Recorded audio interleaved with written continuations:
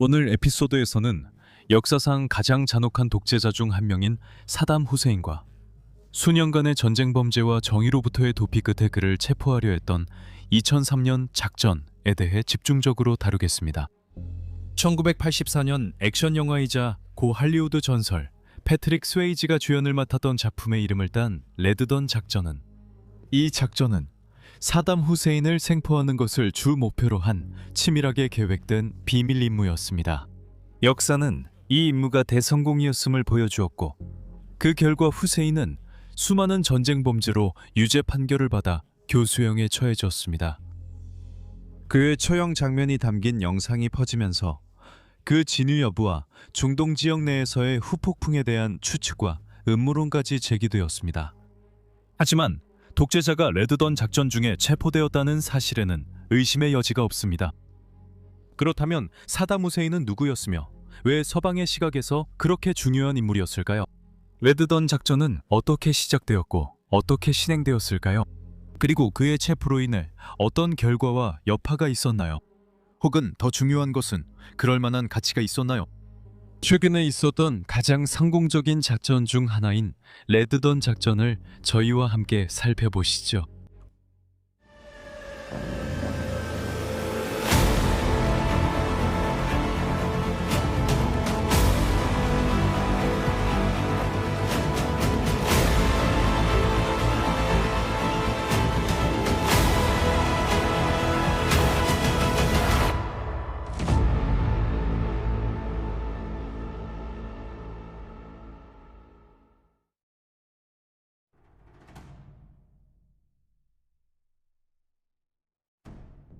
사담 후세인은 1937년 4월 28일 티그리스강 서쪽 둑에 위치한 티크리트 남쪽 약 8마일 떨어진 작은 널 아라우자에서 태어났습니다. 이 지역에서 성장하며 정치에 깊이 관여하게 된 사담 후세인은 1979년 아흐메드 하산 바키르 대통령이 사임한 후 자신의 존재감을 확고히 하며 정부를 장악할 수 있었습니다. 그의 격동적이고 폭력적이며 독재적인 통치는 1979년부터 2003년 체포될 때까지 계속되었습니다. 그의 폭정적인 방식은 종종 폭력, 공격성, 억압과 결합되어 이라크의 이웃 국가들과 많은 비용이 들고 실패한 전쟁들을 초래했습니다. 그의 권력에 대한 욕구는 빠르게 정치권 전반에 퍼졌고, 그는 혁명 지휘 평의회 의장과 총리 등 여러 직책에 임명되었습니다. 그는 자신의 지위에 반대하는 일이 없도록 특별 비밀 경찰 조직을 만들었습니다. 그 조직은 그에 대한 모든 적대나 저항 수단을 억압하고 제거했으며 그의 지위와 임무를 높이는 선전 활동을 펼쳤습니다. 사담의 최종 목표는 이웃나라 이집트를 대신해 아랍 세계의 등불이 되고 페르시아만에 대한 완전한 권한을 주는 것이었습니다.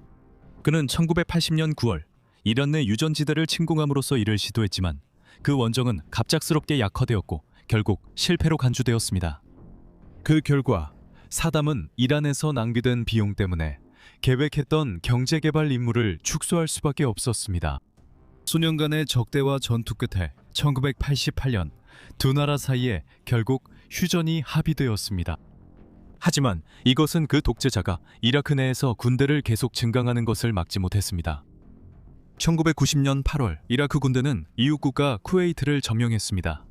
후세인의 석유 수익을 통해 경제를 강화하려는 계획은 이라크에 대한 전 세계적인 무역 금수 조치로 이어졌습니다. 페르시아만 전쟁은 1991년 1월 16일에 시작되어 6주 후 연합군이 이라크 군대를 쿠웨이트에서 몰아내면서 끝났습니다. 이 추가적인 치명타와 굴욕적인 전복은 이라크 내에서 시아파와 쿠르드족의 반란으로 이어졌고, 이는 사담이 감당할 수 없는 일이었습니다. 그래서 그는 어떻게든 그들의 반란을 진압해야 했습니다. 수천 명의 남성, 여성, 어린이들이 난민센터로 도망쳤다고 전해지며 다른 이들은 불복종했다는 이유로 잡혀가 고문당하거나 살해당하기도 했습니다. 유엔과의 휴전 협정의 주요 조건 중 하나는 후세인의 이라크가 생물학적, 화학적, 핵무기를 개발하거나 보유할 수 없다는 것이었습니다. 하지만 사담의 자존심은 그 요구와 계약서에 명시된 합의에 굴복하지 않았고, 그는 그 조직의 무기 사찰단과 협조하기를 거부했습니다. 1998년 말 미국과 영국이 공동으로 4일간 공습을 감행했는데 이 작전은 사막의 여우 작전이라고 불렸으며 사담을 굴복시키기 위한 시도였습니다. 양국 모두 공개적으로 사담을 권좌해서 제거할 계획임을 발표했습니다. 이러한 정권에 대한 위협 속에서 사담은 자신의 아들 우다이 또는 쿠사이에게 권력을 넘길 준비를 하고 있었고 이들 중 한 명이 결국 그를 이어 권좌에 오를 예정이었습니다. 아돌프 히틀러와 조세프 스탈린과 마찬가지로 사담 후세인은 그의 잔혹함과 국민들의 고통을 외면함에도 불구하고 많은 이들에게 자신의 조국 내에서 강력한 지도자로 여겨졌습니다. 간서방 선정과 선동 그리고 그의 풍압적인 통치는 국민들이 어쩔 수 없이 그를 지지하도록 만들었고 그렇지 않을 경우 최소한 매우 심각한 결과를 감수해야 했습니다. 이후 9.11 테러가 발생했고 이날은 오랫동안 오명의 날로 기억될 것입니다. 세계무역센터 건물에 대한 테러 공격 이후 사담 후세인과 이라크는 테러 단체에 생물학 및 화학무기를 판매한 주요 용의자로 지목되었습니다. 미국 정부 관계자들은 이러한 무기들이 해당 지역에서 제조, 저장, 판매되고 있다고 주장했으며 군축 과정을 진행할 필요성을 강조했습니다. 사담 후세인은 2002년 11월 유엔 무기 사찰단이 이라크 내에서 조사를 실시하는 것을 허용했음에도 불구하고 결국 모든 가능한 방법으로 그들의 노력을 방해하여 영국과 미국과의 외교가 끝나게 만들었습니다. 진정이 극에 달했고 2003년 3월 17일 미국 대통령 조지 W. 부시는 사담 후세인에게 48시간 이내 자리에서 물러나고 나라를 떠날 것을 요구했습니다. 이렇게 하면 요원들이 대량 살상 무기를 수색할 수 있게 됩니다. 그렇지 않으면 전면전의 위험이 있었습니다. 많은 사람들이 예상했듯이 독재자는 거부했고 그래서 미국은 동맹국들, 특히 토니 블레어 정부 하에 영국과 함께 2003년 3월 20일에 그 지역을 공격했습니다. 이라크 전쟁은 미국 항공기가 사담 후세인이 자신의 업무와 보복 공격 계획을 세우고 있다고 여겨진 벙커 단지를 폭격하면서 시작되었습니다. 비록 그 공격이 후세인을 죽이지는 못했지만 이라크 국민들 사이에서 그의 지도력에 대한 신뢰는 크게 줄어들었습니다. 사담을 위해 싸우라는 명령을 받은 이들은 곧 이 싸움이 이길 수 없다는 것을 알았습니다. 4월 9일 수도 바그다드는 미군에 의해 점령되었고 사담은 은신할 수밖에 없었습니다. 사담이 대중의 시야에서 사라진 직후 레드던 작전이 곧 시작되었습니다. 그는 한동안 은신할 수 있었고 대부분의 국고를 가지고 도망칠 수 있었습니다. 그의 아들 우다이와 쿠사이는 결국 7월 22일 모술시에서 발견되어 사살당했고 마침내 사담 후세인은 12월 13일에 체포되었습니다.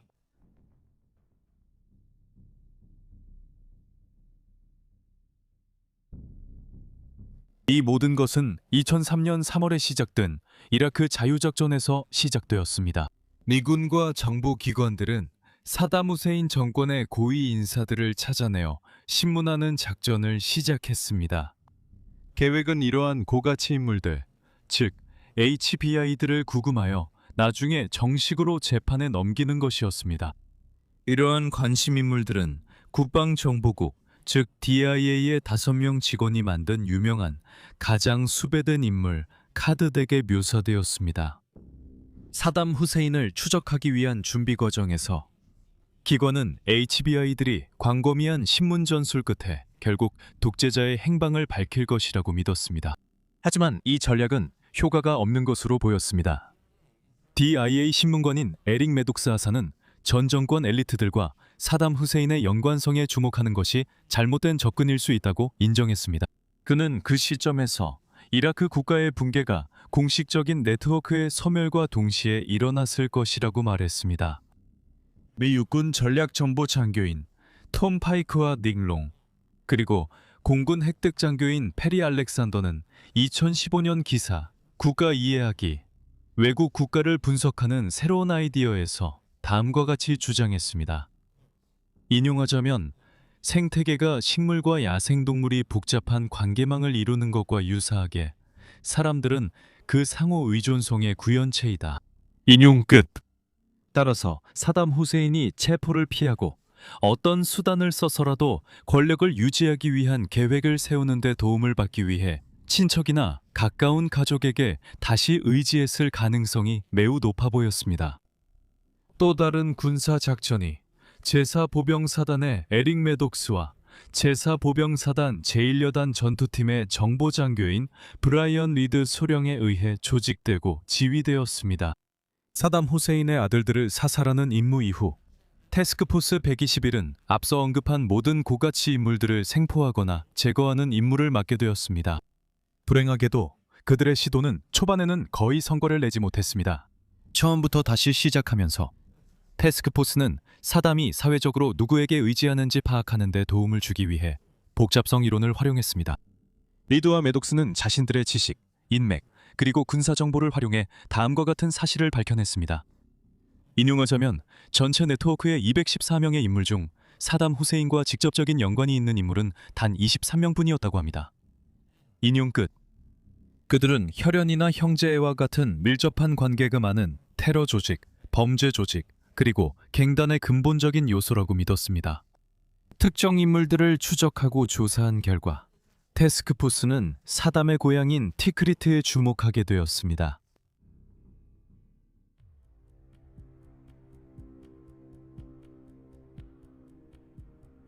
(2003년 10월 11일) 리드와 매독스는 다음 행동을 시작했고 후세인 가족과 깊은 관련이 있는 후세인 경호원 핵심 인물인 알무슬릿 형제들에게 초점을 맞췄습니다.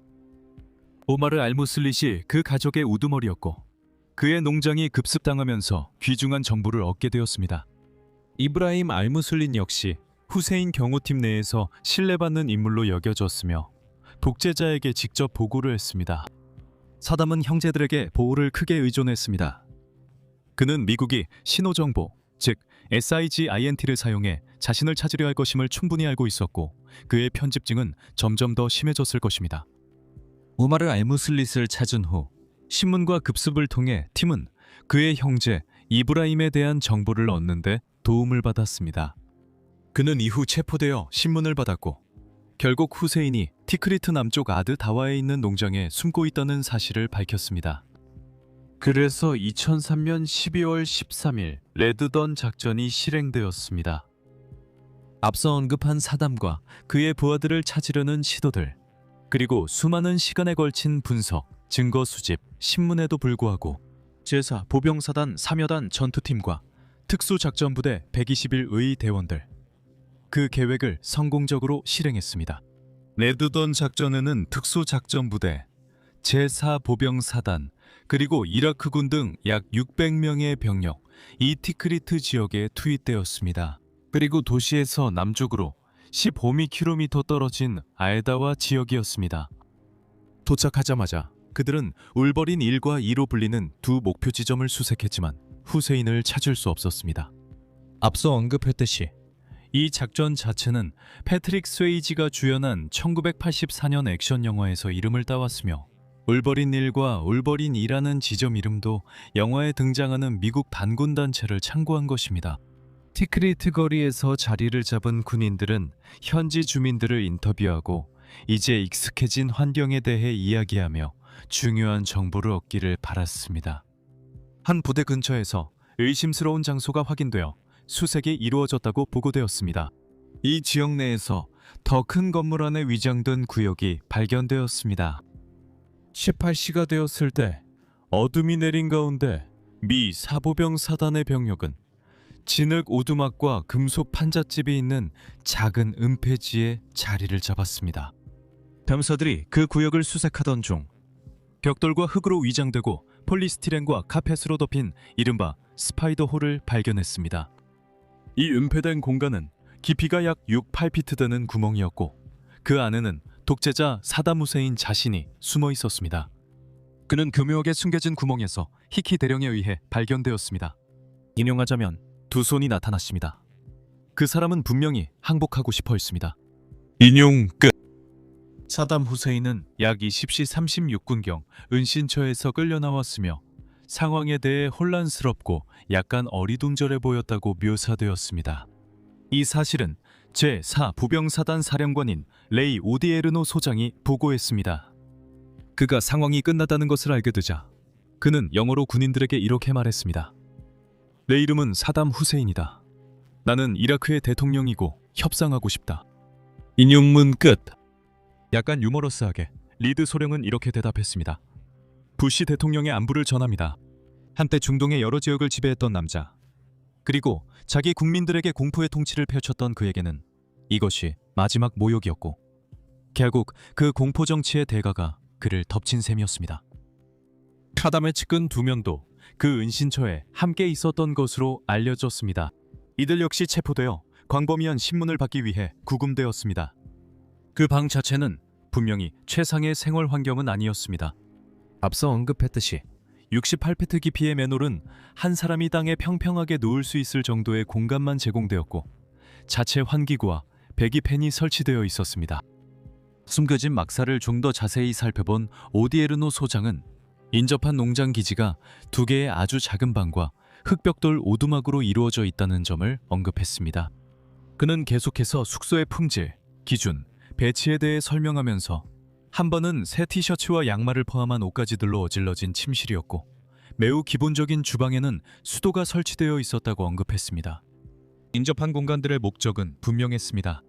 사담 후세인은 연합군이 근처에 있을 때마다 농장 건물에서 은신처 구멍으로 옮겨가야 했습니다. 오디에르노 소장은 그 구멍이 티그리스 강과 매우 가까웠고 사담 후세인 궁전에서도 볼 수 있는 위치였다고 덧붙였습니다. 오디에르노는 이렇게 말했습니다.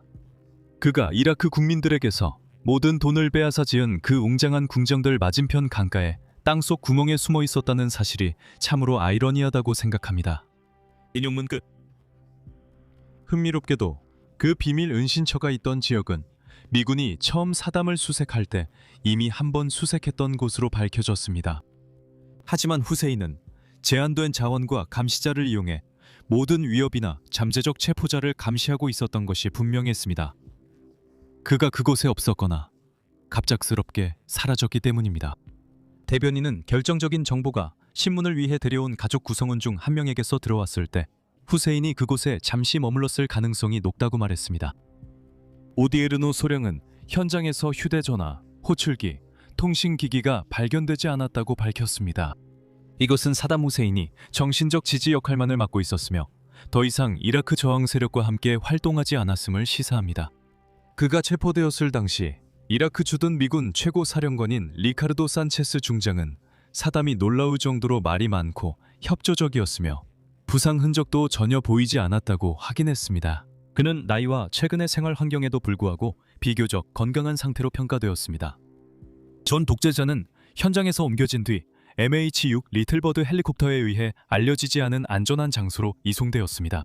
그 장소는 나중에 그가 제대로 신원 확인을 받게 될 티크리트 임무 지원 기지로 밝혀졌습니다.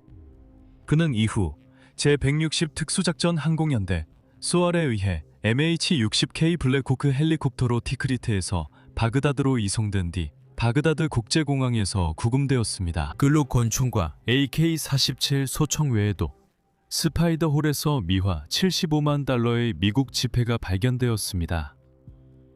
곧 소식이 퍼지기 시작했습니다. 군용 무전기로 처음 전달된 메시지는 이 작전의 성공을 단 한 단어로 요약했습니다. 바로 잭팟이었습니다. 이 공식 신원 확인 과정에서 미국 군인들과 사담 후세인 사이에 이루어진 기본적인 질문과 일반적인 대화 중에 그는 놀라울 정도로 자연스러웠고 때로는 유머러스하기도 했습니다. 기지에 도착한 후 일부 군인들은 여정에 대해 이야기하며 전 독재자가 이상하리만치 수다스럽고 심지어 매력적이었다고 묘사했습니다. 어쨌든 미국은 결국 그 남자를 잡았습니다. 그리고 마침내 그의 침착한 행동과 태도에 놀란 외과 의사가 신원 확인 절차를 마무리했습니다. 그가 의사에게 말했습니다. 어릴 때는 의사가 꿈이었지만 정치는 저를 더 강하게 끌었습니다. 인용 끝. 두 사람은 6시간이 넘도록 대화를 이어갔습니다. 이는 이라크 지도자가 얼마나 매력적이고 카리스마 있는 인물인지, 그리고 그가 어떻게 정상에 오르고 중동, 더 나아가 세계에서 가장 강력한 인물 중 한 명이 되었는지를 보여줍니다. 사담 후세인에 대한 수색과 결국 체포가 이루어진 후 며칠, 몇 주 동안 티그리스에서 보병사단의 작전 지역은 처음으로 진정한 평온을 맞이했으며 IED 공격이 최대 39%까지 감소했습니다. 모든 것이 순조로워 보였고 그래서 레드던 작전은 엄청난 성공으로 평가되었습니다.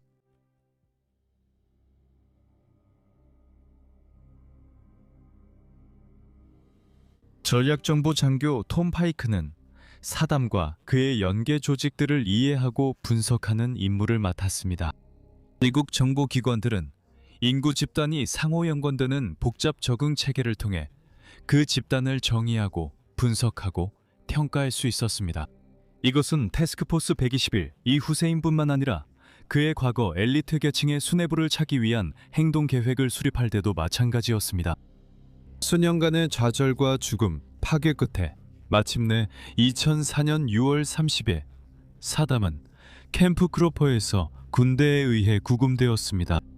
이곳은 이라크 바그다드 국제공항 근처에서 미 육군이 운영하던 보안 구금자들을 위한 이전 수용시설이었습니다. 그는 다른 11명의 고위 바트당 지도자들과 함께 구금되었습니다. 그곳에서 그들은 반인도 범죄 등 여러 혐의로 재판을 받기 위해 임시 이라크 정부로 이송되었습니다. 사담은 자신의 거침없는 태도와 고집스러운 성격을 계속 드러내며 소리를 지르고 손가락으로 계속 가리키고 찌르면서 상황에 대한 자신의 지휘권과 통제력을 되찾으려는 미약한 시도를 했습니다. 재판 자체는 일종의 부여주기식 행사와 구경거리로 변했고 재판 도중에 수석 판사가 사임하기도 했습니다. 사담의 공동 피고인 중 한 명은 재판부를 창녀의 딸이라고 부른 후 법정에서 쫓겨났고 사담의 변호사가 살해당하는 일도 있었습니다. 카미스 알바이디는 독재자의 이복 형제인 바르잔 이브라임도 변호했는데 그는 자택에서 납치되어 정체불명의 무장 괴한들에게 살해당했습니다. 이 사건은 분노와 음모론을 불러일으켰고 전체 재판에 비극성을 더했습니다. 그 후 몇 주 뒤 사담은 1982년 두자일 주민들을 상대로 저지른 범죄로 이라크 특별재판소에 의해 기소되었습니다. 이는 그에 대한 암살 시도가 실패한 이후였습니다. 기소 내용 세부 사항은 심각성에 따라 달랐습니다. 여기에는 148명의 살해, 그의 소위 지도력에 반대한 399명의 불법 구금, 그리고 가장 충격적인 것은 여성과 아이들에 대한 고문이 포함되어 있었습니다. 그동안 후세인의 변호인들은 모든 물리적, 정치적 증거에도 불구하고 후세인이 여전히 권력을 쥐고 있으며 이라크의 대통령이라고 계속 주장했습니다. 많은 심의와 전 대통령의 기행, 과시, 망상적 발언 끝에 사담 후세인은 2006년 11월 5일 인도에 반한 죄로 유죄 판결을 받고 교수형을 선고받았습니다. 또한 그의 이복 형제 바르잔 이브라임과 1982년 이라크 혁명 법원의 수장이었던 아와드 하메드 알반다르도 비슷한 혐의로 유죄 판결을 받고 사형을 선고받았습니다. 사담은 법정을 모욕하는 욕설을 퍼붓고 손가락을 흔들며 반항하는 것 외에는 아무런 감정도 드러내지 않았습니다. 판결과 선고 모두 항소되었지만 이후 이라크 최고 항소법원에서 확정되었습니다. 정의가 실현되었고 어쩌면 더 차분하게 사담 후세인에게 최후가 찾아왔습니다. 그는 2006년 12월 30일 이드 아라드하 첫날에 처형되었습니다. 믿기 어렵겠지만 마지막 순간까지도 사담 후세인 전 지도자의 자존심은 꺾이지 않았습니다. 그는 자신이 이라크군 최고사령관이었다는 이유로 총사령이 가장 적절한 처형 방식이라고 주장하며 공식적으로 총사령을 요청했습니다. 그의 요청은 결국 거부되었고 그는 바그다드 카디미아 지구에 위치한 이라크 군기지인 캠프 저스티스에서 교수형에 처해졌습니다.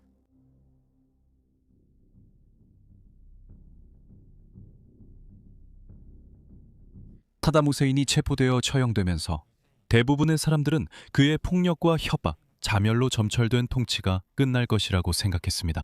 하지만 일부 증거는 그 독재자가 이곳에서 죽지 않았음을 시사합니다. 2021년 러시아 국영 뉴스 통신사 스푸트니크는 익명의 이라크 통역사가 사담 후세인이 미국이 그를 체포했다고 주장한 장소 근처의 농가에서 기도하는 모습을 목격했다고 주장했다고 보도했습니다. 그 통역사는 뉴스 보도가 모두 거짓이며 레드던 작전의 전체 이야기가 단순한 조작, 즉 테러와의 전쟁 중 미국인들의 사기를 북돋우기 위한 선전의 한 형태였다고 주장했습니다. 이러한 뉴스 기사들 혹은 음모론이라고 하는 것이 더 정확할 수도 있지만 이런 이야기들은 수년 동안 계속해서 등장해 왔습니다. 현대에는 인터넷, 소셜미디어, 그리고 딥페이크 AI 기술의 등장으로 인해 무엇이 진짜이고 무엇이 아닌지의 경계가 매우 희미해질 수 있습니다. 하지만 사담 후세인이 체포되었을 당시에는 이러한 목격담과 보도들이 터무니없어 보였습니다. 그리고 대부분은 여전히 사담을 신처럼 여기는 충성파들에게서 비롯된 듯합니다. 그가 실제로 얼마나 잔인하고 타락한 인물이었는지 보여준 체포, 재판, 그리고 처형 이후에도 말이죠.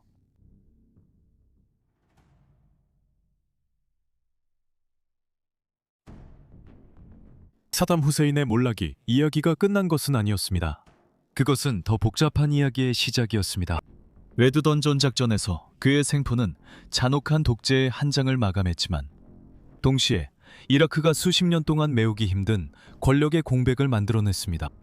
바투당의 철권 통치가 사라지자 오랫동안 억눌려왔던 종파 간 갈등이 표면으로 드러났고 국내외의 새로운 세력들이 분열된 이라크의 미래에 영향력을 행사하기 위해 앞다투어 몰려들었습니다.